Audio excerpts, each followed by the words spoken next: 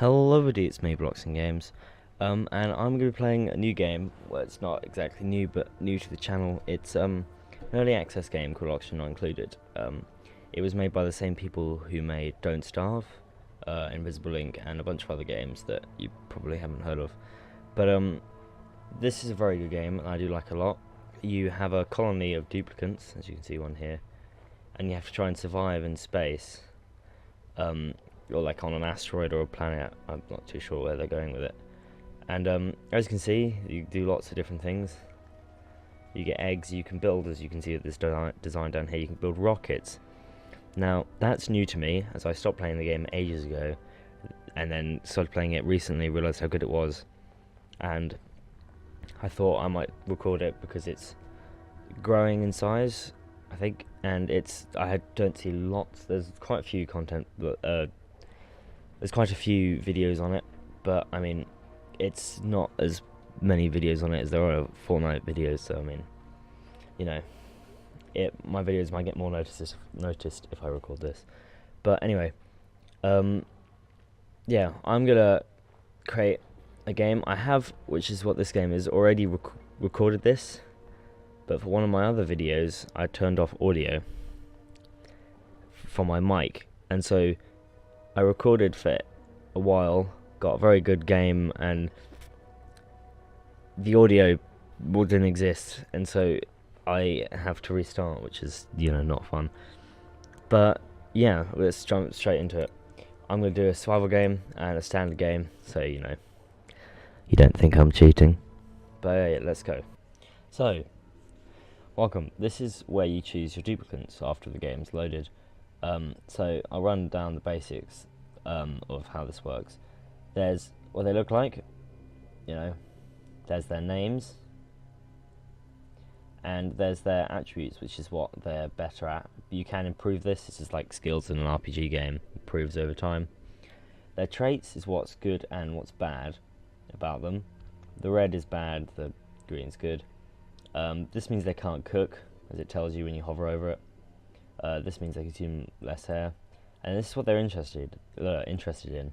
So it's quite good they're interested in research, but then they don't have any learning, which increases their research speed, and so that's not very good.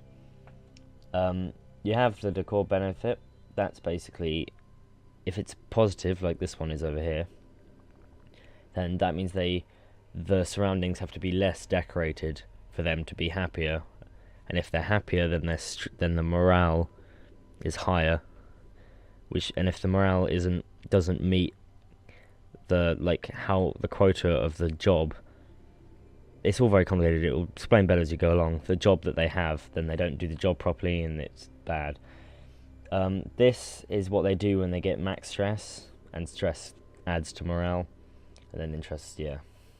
So you can, at the beginning, you can shuffle and pick the perfect 3 duplicates that you want, and you can just keep shuffling forever.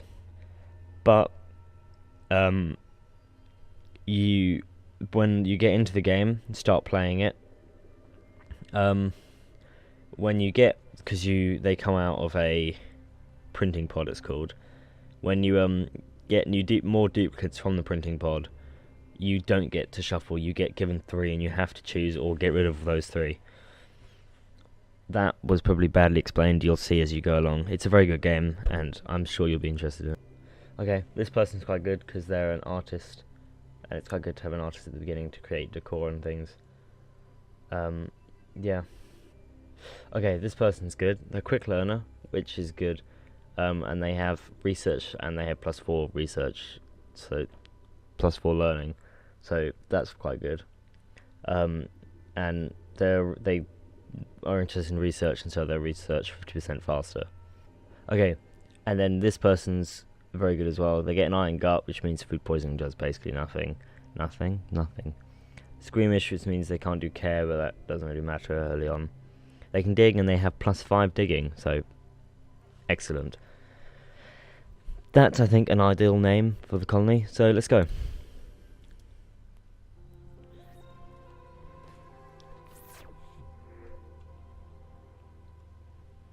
So, basically, if you've woken up, you've got no idea what's going on. Let's have a look at the surroundings. So we got lots of water up here, which is quite good. You got lots of water down here, barely any here. So you got starting 3 pockets of water. Lots and lots of metal, lots of food. Good thing to do at the beginning. I've learnt lots. I've watched lots of people play to make sure I get the perfect start. Is to just harvest on all of the food on the ground, because if you dig it up, you have to then plant it, and the wild growth, though it takes longer, doesn't require dirt every cycle or water, and so it's better to the beginning. It's better to leave it out than it is to, because if you can't plant it or care for it yet, it's better to leave it than to do anything. So let's start. There's a vacuum there, but I'm thinking dig into the metal to begin with.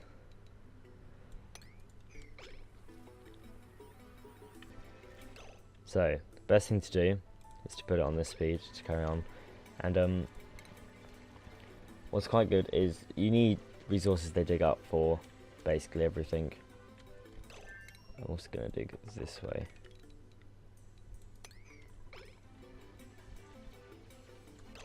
Cool, you're stuck. Can't be bothered to put a lot of these, so just, yeah, there you go. Right, so what I'm going to do, though it may look fussy, is quite good for later game to keep everything straight. You're meant to have 3 columns of 16 floors so that you can fit the rooms. Now a room is basically a walled-in area, and depending on what it has to fit the criteria here, and if it fits all of that, then the room gives bonuses. And 16 floor and then 4 up is about the average size for everything. And so 1, 2, 3, 4, 5, 6, 7, 8, and then door, because you need the door. And then 1, 2, 3, 4, 5, 6, 7, 8, and then door. Then there would be a ladder here, and then there'd be a fire pole, which is a later game, which allows duplicants to go further down. Toilets, before they wet themselves, because they will do that if you don't get them a toilet. I'm gonna have to dig up this. Come down, plumbing.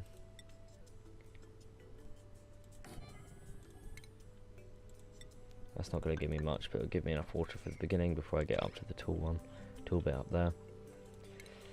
So, ladder, fire pole, and then the next floor, which is going to be the toilet. Now, a neat little trick you can do is put 2 doors on top of each other, which keeps it as a room but allows air to flow in easier. Schedules are quite good to have multiple of, to have 3 of, and to reset them. So this is what they will do in the day. Downtime is basically when they relax and don't do much, and bedtime's when they sleep, bath time's when they do everything else. Bath time's when they go to the toilet and stuff. So what I'm going to do is I'm going to move everything up, and so they don't overlap. It should be okay, because you can survive for ages without doing this, but it's quite useful to do this, so when you get more duplicants, just split them out between these 3, and so you don't have multiple trying to get to the toilet at once, and it just doesn't work. So what's just falling down here is a hatch. Now hatch eats stuff, all of this, and turn it into coal. You can read it all fancy in this book, and then you get different types of hatches. They eat different stuff and turn it into coal. Or like this one, eat metal and refine it for some random reason. If you don't build the toilet by halfway through cycle 2, they will wet themselves. Okay, I'll go through all these different overlays. This is oxygen. This is what is breathable or not. This is power. This is when you build a manual generator and all of that. This is temperature. This is for, managing temperature, because everything tends to heat up, and that's just an annoying later game problem, kind of mid game problem. This is the comfort zone. If it's black, then they are like the duplicants won't lose or gain heat. It's weird. It's not. You don't really need to worry about it. Light is for growing plants like these ones, the bristle blossom. Plumbing is and ventilation's for moving liquids and gas around when you have it. The core, this is linked to stress and morale. It has to be high enough to match the duplicant's needs, otherwise they don't do the job properly and stuff. Germ, that's concerning when you get into the slime biome and toilets and all of that if you don't manage that properly. Farming is, I'd never use it. It's just basically, is the plant ready to be farmed? That's a verb. And then room is linked to morale and all of that. She's also going to socialise now.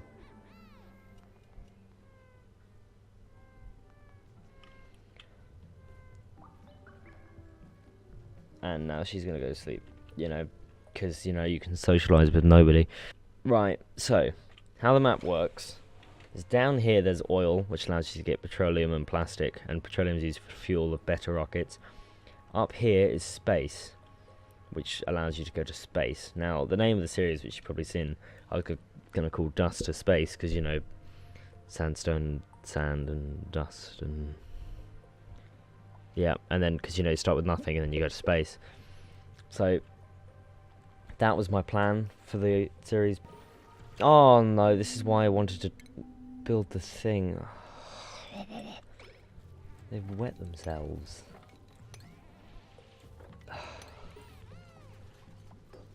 See, that's why you need 2 toilets. That's why you need 2 hand washers. Otherwise, they walk on without washing their hands. So, priorities are good to set, because then they do stuff that's really important first. Well, sleep and comfort. And I'm going to leave a space for a statue, because that's good decor. And then that'll get done. And this is going to be filled with storage containers, so I can move stuff like the metal off of the floor, so the hatches don't eat it and turn it to coal. So, this abyssalite that you can see here is the thermal barrier between biomes, except for the middle one for some reason. There's 29 degrees, there's 25, and then there's 44, 45. So if you can mine through here, you can keep the temperatures of the biomes without, you know, messing everything up. And so a good way to travel down, I would travel through the abyssalite, although it can mean you have to make ragged paths and stuff until you're ready to move. How is this creature alive in a vacuum? Right, and then I'll get on power, which I will probably just put here.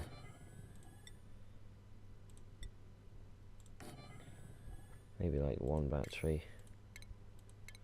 And then I don't have lots of algae, so I don't want to do this too soon. But I think I'm going to have to, because that turns algae into oxygen, and this is a way that duplicates can just run and turn and generate power. This stores some power, and then I put the wires underneath because it allows me to move them around. And if they're above the ground, they oh, my one's blanked. They damage the core. So whenever next duplicant, this might be good because then jobs get done quicker. So, as I probably, I don't know if I did say, don't know if it was in the other recording or not, you don't get to choose random duplicants this time. You only get to choose the ones that are here. So, you know, you don't have the shuffle button that I was doing before.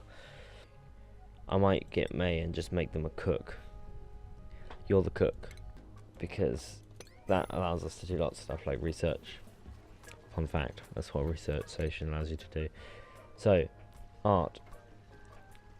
It's good to have, this is basically what people can do, what people like are better at doing, and this allows you to set priorities, so who the game should choose over other people to do the job. So cooking, this person should definitely be chosen. Research, they are the researchers, so this person is higher. Yeah. So I'm setting the researchers and stuff higher so that they're actually doing it. And if you don't have artists doing it, all the stuff that you get, the art that they create is actually really bad, and so the artists have to do it. Otherwise, you have to basically reconstruct it, and there's no point in making it in the first place. What to research? A good place to start, I would say, is basic farming. So mealwood, although being a really bad plant, like most of the time, because it gives the food it gives is actually awful, it's good to have. And so room wise, recreational room 1264, notice as a decor item, so I just tend to shove my jobs board in there. Lengthwise, I'm going to stop there. I hope you have enjoyed. That's this for now. I think this will be a good game once it gets later on, because a lot more disasters and stuff happens. There's a lot more automation. The beginning of the game is quite fun, but then once you get to a certain point, it kind of tends to drag on a bit. But then that I'll skip through as much as possible. I'll try and make it as entertaining as possible.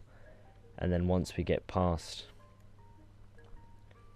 that bit, it should be easy peasy getting to the rest of it. But yeah, I hope you have enjoyed. I will see you next time.